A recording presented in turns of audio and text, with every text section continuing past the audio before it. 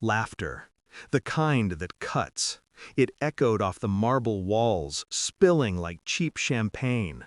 We were at Damien's estate, a house built to remind everyone that wealth could be louder than God.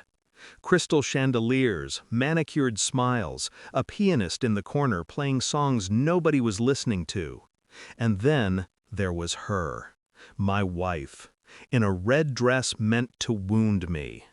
I reached for her hand as the band shifted to something slow, something that reminded me of the nights we used to matter.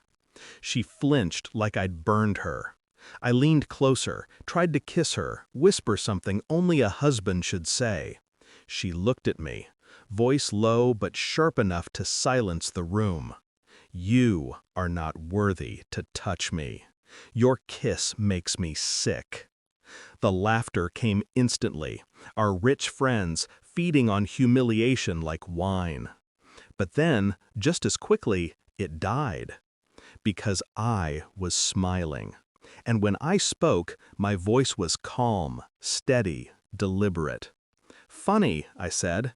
That's almost exactly what he said when I told him who you really are. The silence that followed was surgical. She froze. And that was how the night began to end. It hadn't always been this way.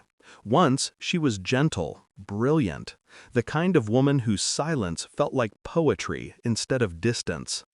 Then came Damien, my oldest friend, the man whose fortune was built on inheritance and deceit. He invited us everywhere, his yacht, his cabin, his circles of power and vanity.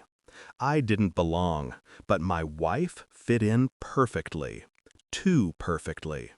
I noticed the small things first, how her laughter lingered longer when he spoke, how she adjusted her dress when he entered the room, how his eyes didn't wander, they searched. One night, I woke to find her phone lighting the dark. His name. A message. He'll never see it coming. I didn't confront her, not then. Instead, I started watching, quietly. She became colder, her affection rehearsed. Everything she touched began to feel like evidence. And every smile she gave me became a lie I could almost taste. I started piecing it together the way an archaeologist unearths bones, carefully, reverently. Damien's trips to Paris for business, her sister weekends, bank withdrawals she couldn't explain. A new bracelet she said was a gift from the girls. I checked the jeweler's records. Damien's name was on the receipt. I said nothing.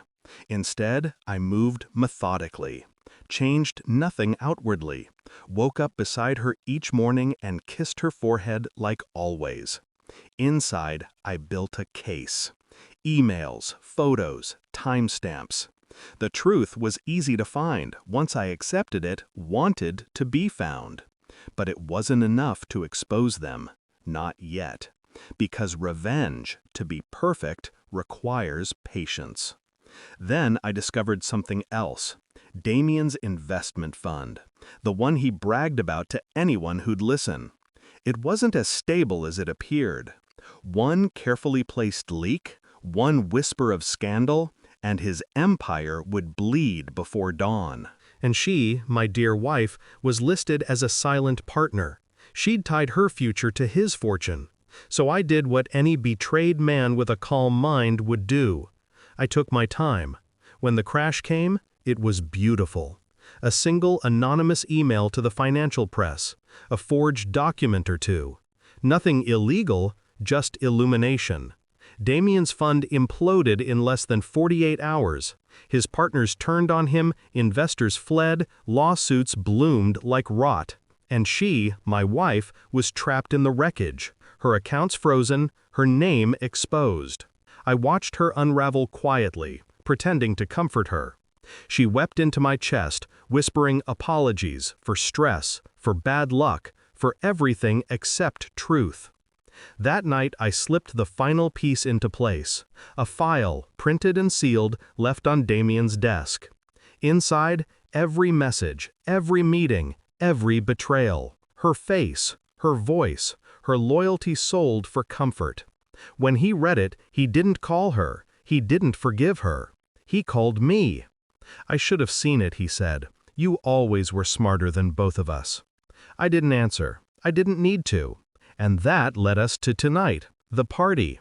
A last gasp of wealth before the tide pulled them both under. She walked in beside me like nothing had changed, still clinging to the illusion of grace. The guests whispered. They all knew the scandal, the bankruptcy, the gossip. When she humiliated me on the dance floor, she thought she'd reclaimed control. She thought she could make me small again.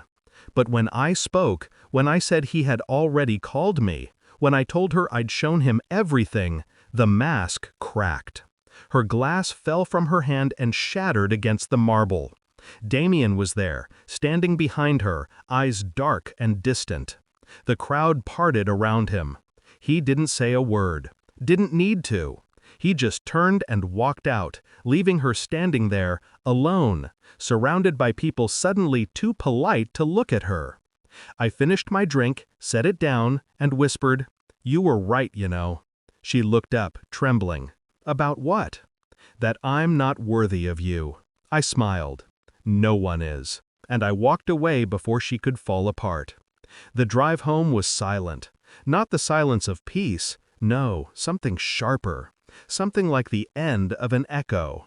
She moved out 2 days later. No message, no apology, just absence. Her name appeared in the papers again last month. Fraud charges, bank accounts seized. Damien's empire officially dead. Sometimes I reread the articles while sipping coffee in the morning. Not out of nostalgia, just curiosity. People like them always believed money made them untouchable. But wealth is fragile when built on deceit. Now, they live in the ruins they made together. And me?